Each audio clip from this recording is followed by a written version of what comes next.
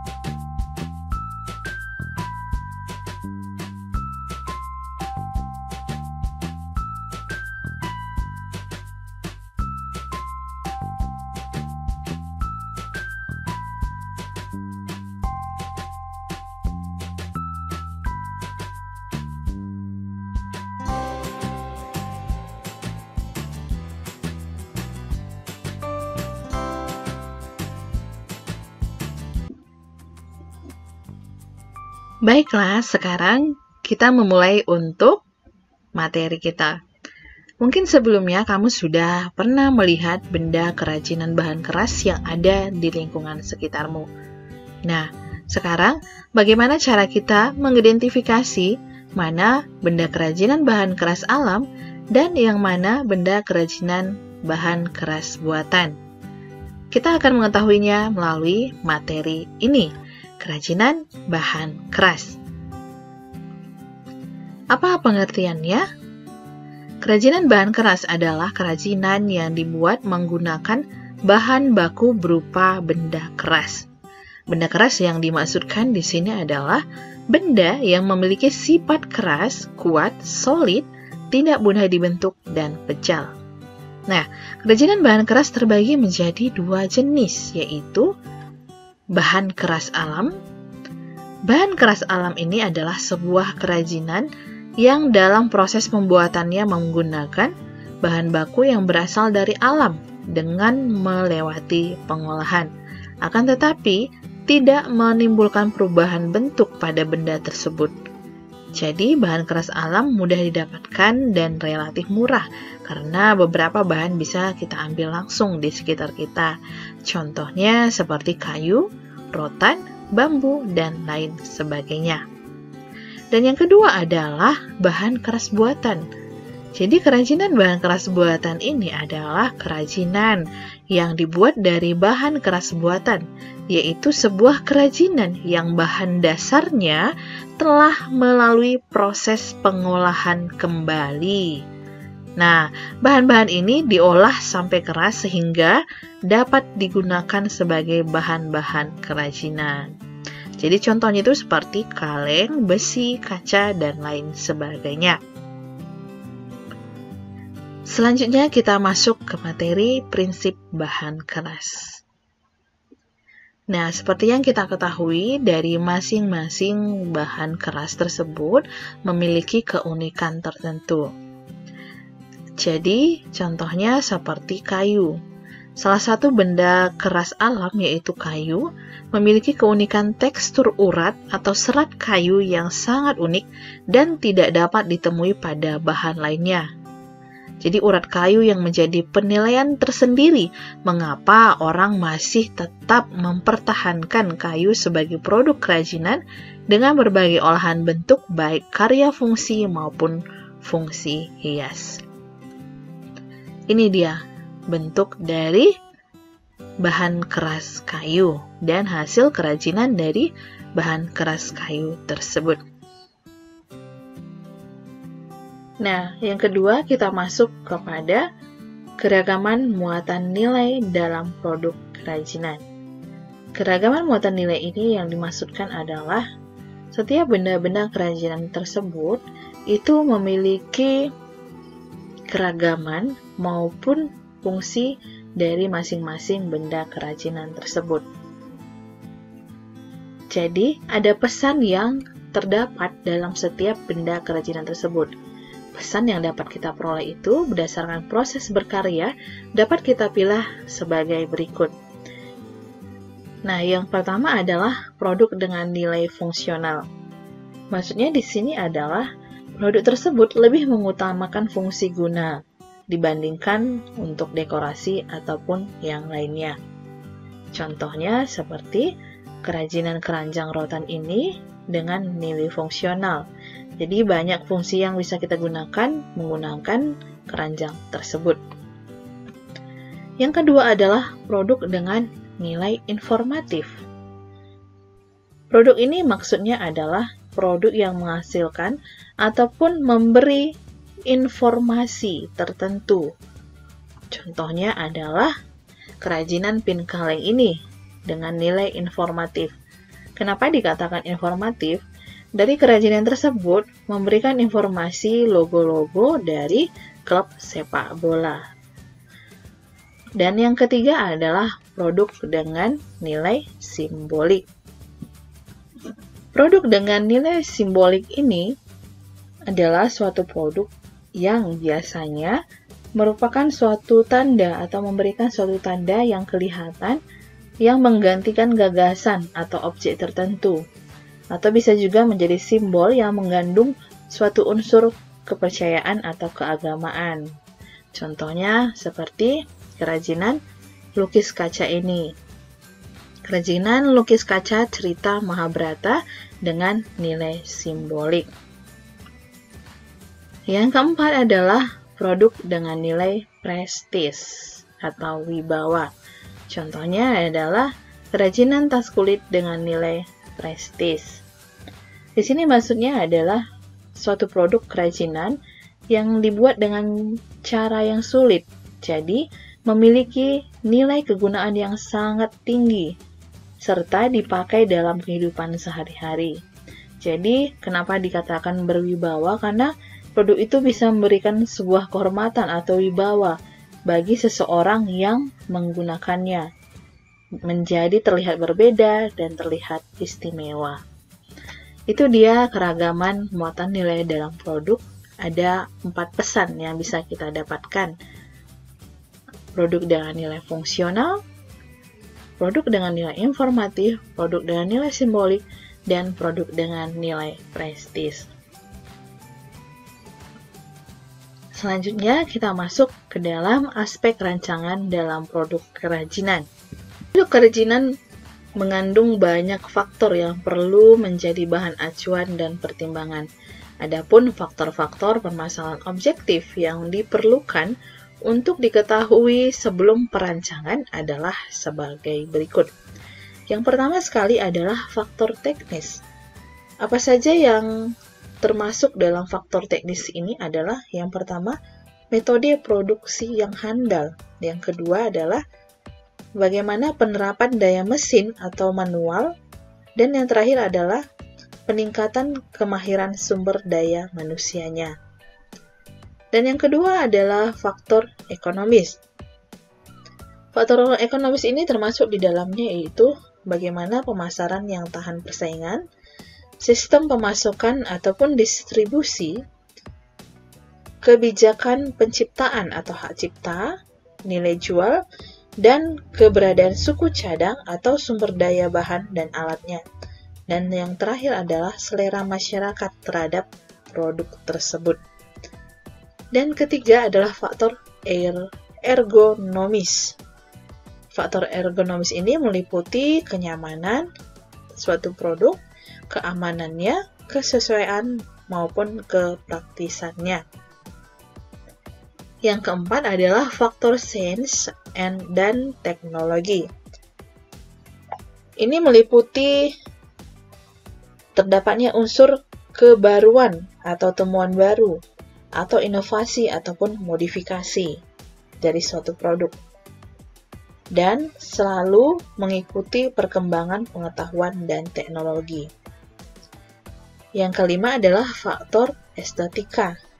Faktor estetika ini meliputi di dalamnya adalah menampilkan bentuk keindahan, memiliki daya pikat, terjadinya keserasian, penggarapan yang rinci atau detail dari suatu produk tersebut, perupaan dan pewarnaan, dan kesan yang ataupun unggahan yang ditampilkan dari suatu produk tersebut.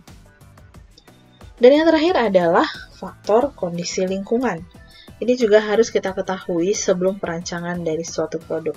Apa saja yang perlu kita ketahui dari faktor kondisi lingkungan tersebut adalah yang pertama, nilai budaya, dan yang kedua, kondisi lingkungan atau wilayah setempat. Seperti itu.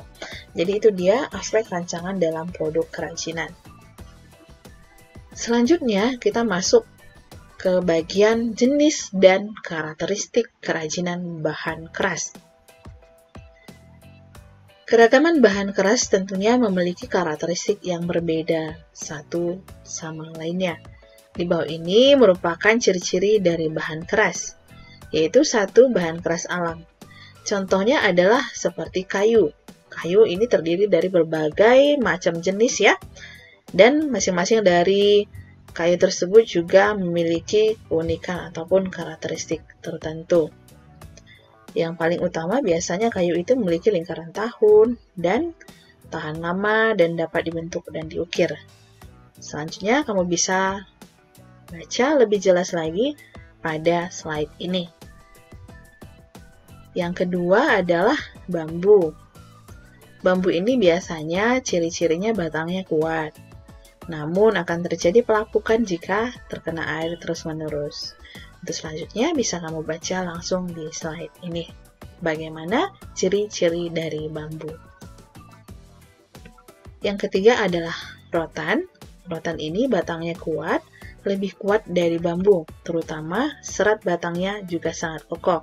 Dan ada beberapa yang lainnya lagi untuk karakteristik maupun ciri-ciri dari rotan tersebut.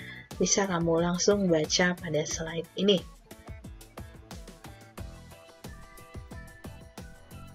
Selanjutnya adalah bahan keras buatan. Bahan keras buatan adalah sesuatu yang diolah manusia dari beberapa bahan dan bersifat keras. Contoh dari bahan keras buatan ini adalah kaca. Ciri-ciri kaca itu biasanya wujudnya transparan dan bening. Dan kamu bisa baca selanjutnya untuk ciri-cirinya di slide ini. Yang kedua adalah logam. Logam terdiri dari beberapa warna ya, atau berbagai warna. Ada yang perak, emas, ada yang kemerahan atau kecoklatan, dan ada juga yang berwarna perak keabu-abuan. Bentuknya ada yang tebal dan berat, ada pula yang pipih dan tipis lagi ringan. Dan kamu bisa juga menambahkan ataupun berliterasi apa saja ciri-ciri dari bahan keras buatan tersebut. Termasuk dari kaca, ciri-ciri dari kaca, ataupun karakteristik dari kaca maupun logam.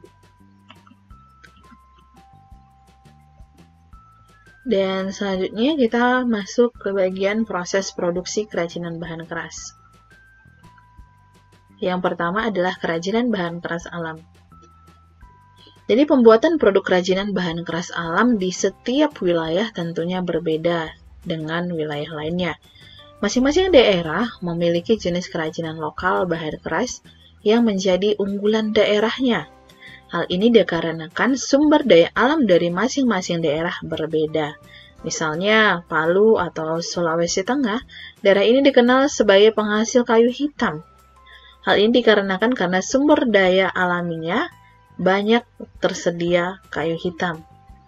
Jadi kerajinan yang dihasilkan dari kayu hitam diantaranya aksesoris seperti gelang, kalung, cincin, ada pula gantungan kunci, kotak perhiasan, patung, bingkai foto, wadah-wadah serbaguna, dan sebagainya. Banyak daerah lain yang menunjukkan potensi sumber daya alam berbahan keras. Yang pertama adalah kerajinan kayu. Kayu ini banyak jenisnya ya, ada kayu jati, kayu mahoni, kayu pinus, dan lain-lain. Bagaimana untuk bahan produksi yang biasa digunakan untuk kerajinan bahan kayu? Bahan utama yang digunakan dalam membuat kerajinan ini adalah kayu. Jenis kayu dapat dipilih dan disesuaikan dengan rancangan. Biasa untuk bahannya itu adalah seperti di gambar berikut ini. Aneka kayu, lem kayu, dan cat kayu. Apa saja alat produksi yang digunakan untuk pembuatan kerajinan bahan kayu? Ada cukil, palu, kuas, amplas, dan beberapa mesin seperti mesin bubut, mesin pemotong kayu, dan sebagainya.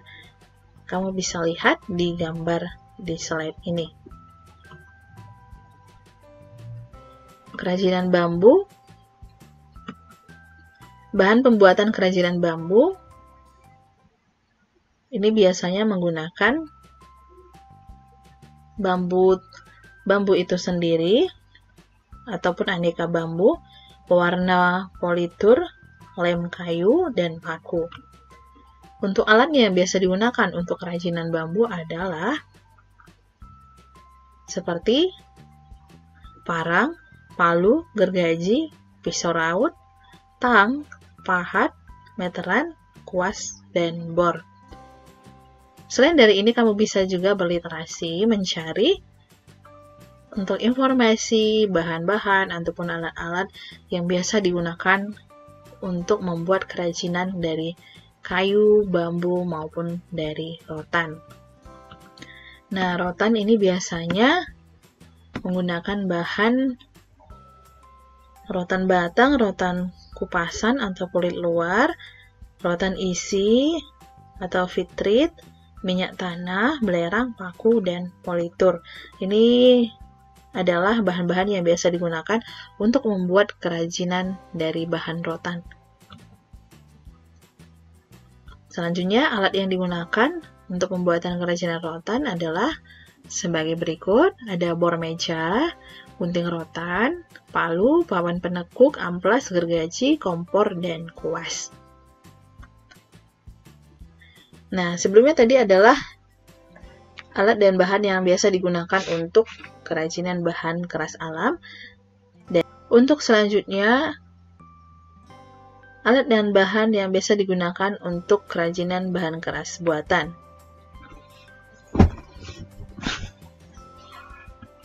Yang pertama adalah kerajinan kaca. Bahan-bahannya biasa yang digunakan adalah kaca, cat, dan pengencer cat. Untuk alatnya, alat pembuatan lukis kaca bisa kamu lihat pada slide ini. Selanjutnya, kerajinan logam. Bahannya biasanya menggunakan kaleng lembaran, cat warna, dan lem power. Untuk alatnya, biasa menggunakan gunting kaleng, cetakan, dan kuas. Nah, berikut adalah contoh produk kerajinan bahan keras alam. Yang pertama, produk kerajinan kayu. Ini adalah contoh-contoh produk kerajinan kayu. Yang kedua adalah produk kerajinan rotan. Di gambar berikut adalah produk kerajinan rotan. Yang ketiga, produk kerajinan bambu.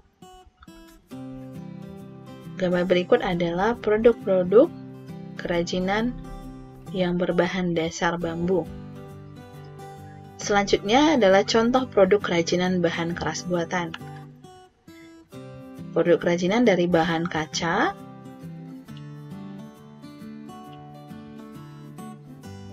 produk kerajinan dari bahan logam, produk kerajinan dari bahan kaleng. Untuk selanjutnya, kamu juga masih bisa berliterasi mencari informasi-informasi produk kerajinan dari bahan keras alam maupun bahan keras buatan. Demikian untuk materi kita. Terima kasih. Thank you. Demikianlah pembelajaran kita mengenai kerajinan bahan keras. Besar harapan kami agar anak kami mampu membuat kerajinan dari bahan keras. Terima kasih. Tetap semangat belajar, tetap jaga kesehatan. Sampai jumpa dan salam SFD. Dah.